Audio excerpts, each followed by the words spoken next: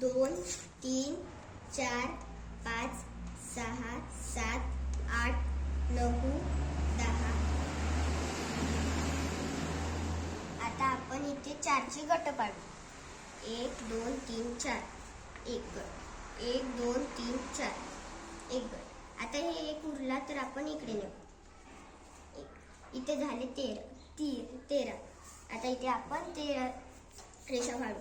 1 2 3 4 5 6 7 8 9 10 11 12 आणि इथे 13.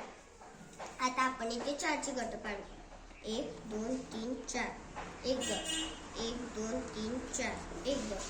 1 2 3 4 एक गट. आता हे जसे इथे एक उरला आपण इथे एक घेऊ. 12. 1 2 3 4 5 6 7 8 9 10 11 12. आता इथे पण आपण जसे इथे केले तसेच इथे करू. 1 2 3 4 एक गट. 1 2 3 4 दुसरा. 1 2 3 4 तिसरा. आता आपण इथे 2 गट झाले म्हणून इथे आपण 2 लिहू.